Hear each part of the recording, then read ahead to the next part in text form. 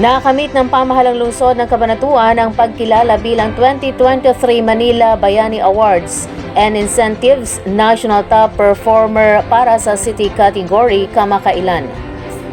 Ang prestiyosong parangal na ito ay bahagi ng Manila Bayani Awards and Incentives Program na nagbibigay parangal sa mga local government units na nagpapakita ng mga huwarang pagsisikap sa rehabilitasyon at pagpapanatili ng kalinisan ng Manila Bay Watershed.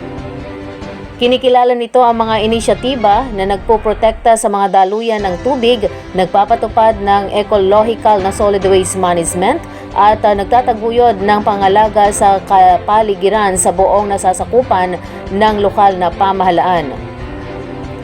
Dahil sa pamumuno at pagsisikap ni Mayor Mike Elizabeth R. Vergara at Presiding Officer J. Vergara, katulong ang mga konsehales, mga department heads at mga kawani ng lokal na gobyerno na isakatuparan ang adhikain ng syudad na magkaroon ng isang malinis at luntiang kapaligiran sa pamagitan ng mga programa upang mapangalagaan ang kapaligiran kasabayang tuloy-tuloy na pag-unlad ng lungsod. Lubos naman ang pasasalamat ng lungsod ng Cabanatuan sa Department of Interior and Local Government sa pagbibigay ng ganitong programa na nagbibigay inspirasyon upang lalo pang pagbutihin ng mga local government units ang pangangalaga sa kapaligiran, partikular ng mga daluyan ng tubig patungo sa Manila Bay. Matagumpay na naipamahagi kamakailan ang educational assistance para sa may 190 mag-aaral sa bayan ng Gabaldon na mula pa sa 16 na barangays doon. Ang 119 na scholar ng bayan ay isa sa programa ng lokal na pamahalaan sa pamamahala ni Mayor Joby Imata at Vice Mayor Victorino Sabino na layuning tulungang maibsan ang pasanin ng mga magulang sa mga gastusin, partikular na ang mga allowance ng mga bata sa panahon ng pasukan. Sinaksihan ng dalawang pinakamataas na leader ng bayan ang pamamahagi ng cash assistance ng Municipal Treasurer's Office o MTO sa pangunguna ni MTO Head Antonio Lapitan Jr. Nagbigay din ng kani-kanilang mensahe ang dalawang leader ng bayan na nagsilbing inspirasyon sa mga kabataan upang lalo pang ma-inspire sa kanilang pag-aaral, kasabayang pagbibigay ng pag-asa na hindi hadlang ang kahirapan para hindi maabot ang inaasam na pangarap ng bawat isang kabataan. Tapos na ang unang bahagi ng pagsasaayos ng Museo de Bungabon kung saan makikita dito ang mga mahalagang impormasyon ng kasaysayan ng bayan, kultura at ang pagkakakilanlan ng mga residente.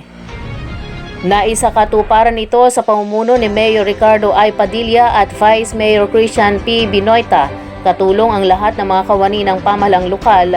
Layunin nitong mas lalo pang makilala ng mga residente at mga turista ang kanilang ninuno at pinagmulan.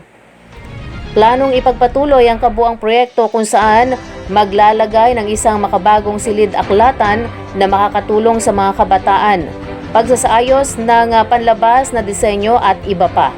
Inaasahang mapapakinabangan ito hindi lamang ng kasalukuyang henerasyon, bagkus ng mga susunod pang saling lahi. Ang mga tao ng Bungabon ay bahagi ng magkakaibang populasyon ng lalawigan ng Nueva Ecija na kinabibilangan ng mga inapo ng maraming iba't ibang tribo at pangkat etniko. Tulad ng Bugkalots o Italon, isang subgroup ng mga taong Bugkalot na mga naninirahan sa ilog. Abaka, isang subgroup ng mga taong Bugkalot na mga naninirahan sa ilog. Bukids, isang komunidad na nakabase sa agrikultura na naninirahan sa Bungabon. Ilungots, isang mabangis na headhunting at animist na tribo na sumasakop sa bulubunduking lupain ng Sierra Madre at Caraballo.